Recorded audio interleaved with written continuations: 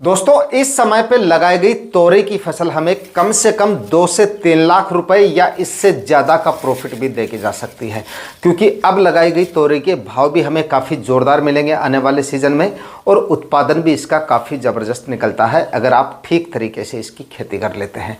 आज इस वीडियो में हम जानेंगे तोरई की खेती करने का एकदम आधुनिक तरीका। तोरई की फसल के बारे में पूरी जानकारियाँ आज के इस वीडियो में आपको मिलने वाली है। आने वाले इस पूरे सीजन में अगस्त और सितंबर दोनों महीनों में कौन से अलग अलग तरीकों से आप तोरई लगा के अच्छा उत्पादन निकाल सकते हैं, कितने क्या मंडी भाव और कितना क्या उत्पादन आपको मिलेगा, लगाने का सही तरीका और टॉप हाइब्रिड वैरायटियां, इन सभी चीज़ों के बारे में जानेंगे आज के इस वीडियो में। तो वीडियो पे एंड तक आपको बने रहना है और ये वीडियो अगर आपके लिए इंफॉर्मेटिव रहे तो इस वीडियो को लाइक और शेयर जरूर कर दीजिएगा। जो किसान भाई चैनल पे नए हैं वो चैनल भी सब्सक्राइब कर लें ताकि खेतीबाड़ी से रिलेटेड वीडियो सही समय पर सही जानकारियों के साथ आपको मिलते रहें। नमस्कार दोस्तों, मेरा नाम है सुरेश और आप देख रहे हैं खेत किसान झुंझुनू। देखिए, सबसे पहले तो इस वीडियो में हम बात करेंगे इसके मिलने वाले उत्पादन और मंडी भावों के बारे में कि अब अगर हम इसको लगाते हैं तो कितने क्या मंडी भाव और कितना क्या उत्पादन इससे हमें मिल सकता है। तभी हम डिसाइड कर पाएंगे कि भाई आने वाले सीजन में हमें तोरई लगानी चाहिए या नहीं लगानी चाहिए। तो देखिए, चाहे आप इसको अगस्त महीने में लगाएं चाहे आप इसको सितंबर माह में लगाएं, सितंबर में लगाते हैं तब भी मंडी भाव आपको बाद में जाके और अच्छे मिल सकते हैं। तो मंडी भाव का तो कोई ज़्यादा फर्क नहीं पड़ेगा इन दोनों ही महीनों में लगाने पर। उल्टा अगर आप अगस्त में लगाते हैं तो शुरुआत में हो सकता है कि शुरुआत में आपको थोड़े से 2-5 रुपए इसके कम मिले, लेकिन बाद में जाके ज़्यादा मंडी भाव इसके आपको मिल सकते हैं। कम से कम आप ये मानिए 30-35 रुपए से लेकर 40-50 या इससे ज़्यादा के मंडी भाव भी मिल सकते हैं तोरई के। बाकी थोड़ा सा आपकी मंडियों पे डिपेंड करता है, क्योंकि तोरई की जो डिमांड होती है वो एनी टाइम मंडियों में काफ़ी अच्छी खासी देखी जाती है।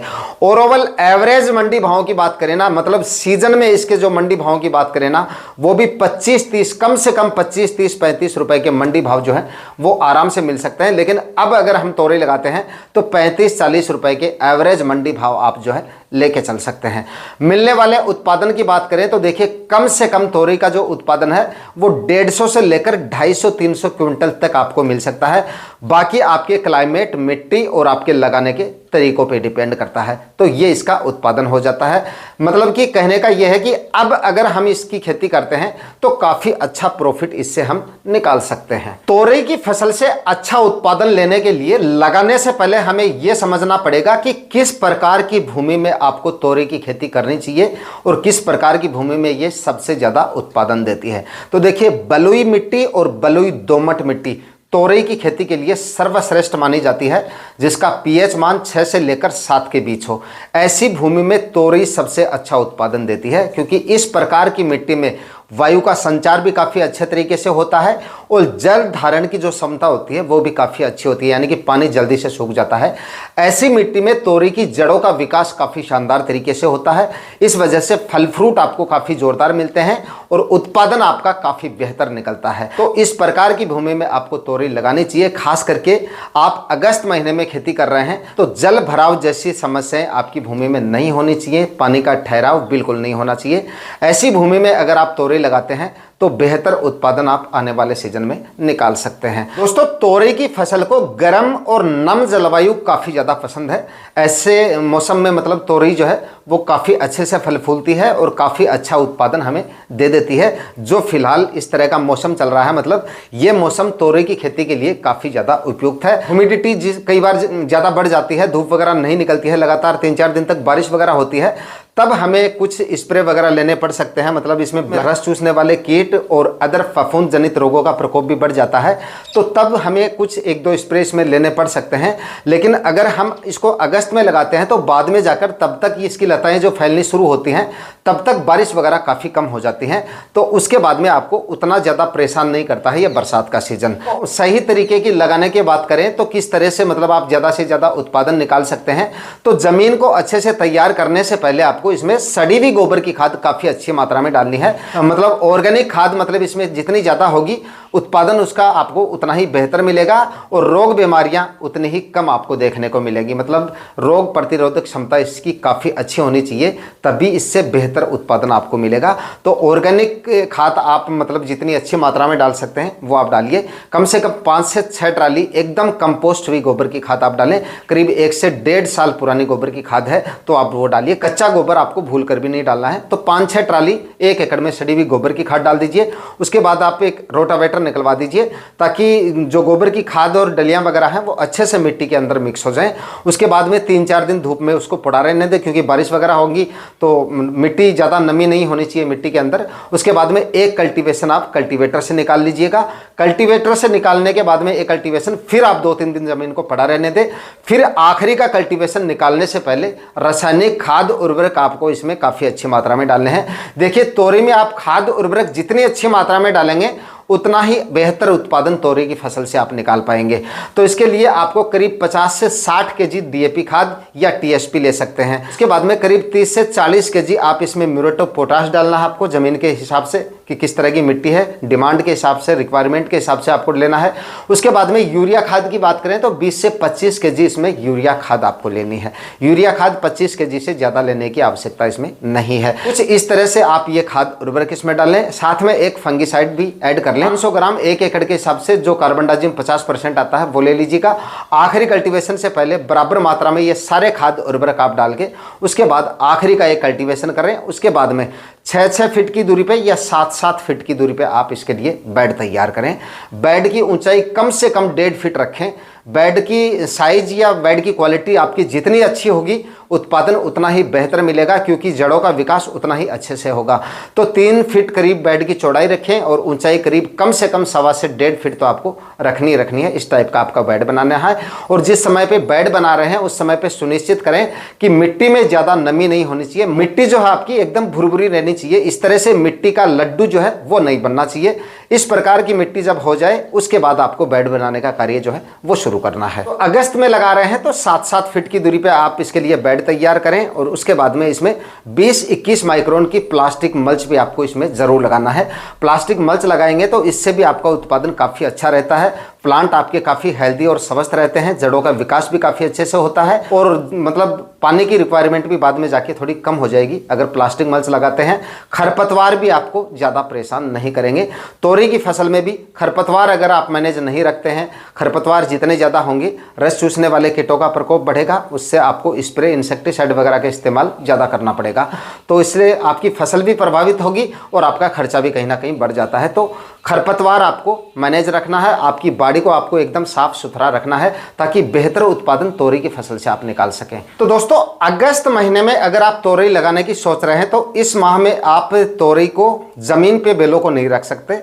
प्लांट को आपको ऊपर चढ़ाना पड़ेगा और इसके लिए प्रॉपर आपको स्ट्रक्चर तैयार करना पड़ेगा। मतलब मचान विधि से आपको तोरी की खेती करनी है, क्योंकि ज़मीन पे अगर आप बेलों को रखेंगे और बारिश वगैरह होगी, ह्यूमिडिटी बढ़ेगी तो बेलों में सड़न वगैरह की समस्या आ सकती है और आपके जो फल हैं वो भी काफ़ी ज़्यादा प्रभावित हो सकते हैं। तो अगर आप इसके लिए स्ट्रक्चर तैयार करेंगे तो फसल भी आपकी हेल्दी रहेगी और फल आपको काफ़ी अच्छी क्वालिटी के मिलेंगे। क्योंकि तोरी की फसल में जो फलों की क्वालिटी है वो जितनी अच्छी होगी, भाव आपको जो है मंडी भाव उतने ही बेहतर मिलेंगे। तोरी की साइज़ अगर मोटी हो गई तो आपको रेट नहीं मिलेंगे अच्छे। तोरी की साइज़ अगर पतली है और लंबी है तो आपको इसके रेट सबसे ज़्यादा मिलेंगे। और तोरी का जो कलर है, फल का जो कलर है वो भी एकदम हरा होना चाहिए, गहरा हरा, तभी आपको सबसे ज़्यादा भाव मिलेंगे। काफ़ी किसान भाई कुछ गलत वैरायटियाँ इस्तेमाल कर लेते हैं जिससे उत्पादन तो उनको अच्छा मिल जाता है लेकिन तोरी की जो फल की क्वालिटी है वो अच्छी नहीं मिल पाती है। इस वजह से उनको अच्छे मंडी भाव नहीं मिल पाते हैं। बाकी किसान भाइयों को जहाँ पे 30, 40, 50 रुपये के रेट मिलते हैं उनको 18-20 रुपये के रेट ही मिलेंगे, क्योंकि फल की क्वालिटी अच्छी नहीं है उनकी। मतलब फल में देखने को लगता है जैसे 2 दिन पहले इसकी हार्वेस्टिंग हुई है और हरापन उस फल में बिल्कुल दिखता नहीं है। मतलब इस वजह से फल की क्वालिटी अच्छी अगर आपको लेनी है तो वैरायटियों का सिलेक्शन आपको काफ़ी सोच समझ के करना होगा। मैं आपको बता दूंगा कौन सी वैरायटियां लेनी है और प्लांट को आपको ऊपर चढ़ाना पड़ेगा। बाद में जाके अगर सितंबर में अगर आप तोरी लगा रहे हैं तब आप बेलों को नीचे रख सकते हैं, क्योंकि बाद में जो है बारिश वगैरह नहीं होती है, कम खर्चे में अगर तोरई लगाना चाहें तो फिर आप सितंबर में लगा लीजिएगा। बाद में जाके इसके भाव आपको और भी अच्छे मिल सकते हैं। सितंबर में अगर आप इसकी खेती करेंगे तो बाद में जाके भाव भी ज़्यादा मिलने के चांसेस है और खर्चा लगाने का आपका थोड़ा कम हो जाएगा, क्योंकि इसमें मतलब स्ट्रक्चर तैयार करना नहीं पड़ेगा, वो खर्चा बच जाएगा और बाद में जाके रोग बीमारियां भी आपको काफ़ी कम देखने को मिलेगी, इसलिए स्प्रे का खर्चा भी थोड़ा सा कम हो जाता है। तो अगर आप में से कोई किसान भाई ये सोच रहे हैं कि तोरई हम अगस्त में नहीं लगा पा रहे हैं, सितंबर में लगाएं तो कैसा रहेगा, एकदम सही रहेगा। सितंबर में भी आप तोरई लगा के अच्छा प्रॉफिट निकाल सकते हैं। तो तोरई के भाव जो है बाद में जाके और भी ज़्यादा बढ़ जाते हैं, जब मतलब दिवाली के आसपास या उसके बाद भी मतलब काफ़ी अच्छे खासे मंडी भाव जो हैं तोरई के देखे जाते हैं, क्योंकि बाद में जाके सब्जियों की आवक जो है फिर से कम हो जाती है मंडियों में बाद में जाके, क्योंकि जो भी सब्जियां होती हैं किसान भाइयों ने जो चाहे मई में लगाई हो, चाहे जून माह में लगाई हो, चाहे जुलाई माह में लगाई हो, तो जो बेल वाली सब्जियां होती हैं ये ज़्यादा लंबे समय तक नहीं चलती है, तो बाद में जाके इनका जो उत्पादन है वो काफ़ी हद तक कम हो जाता है।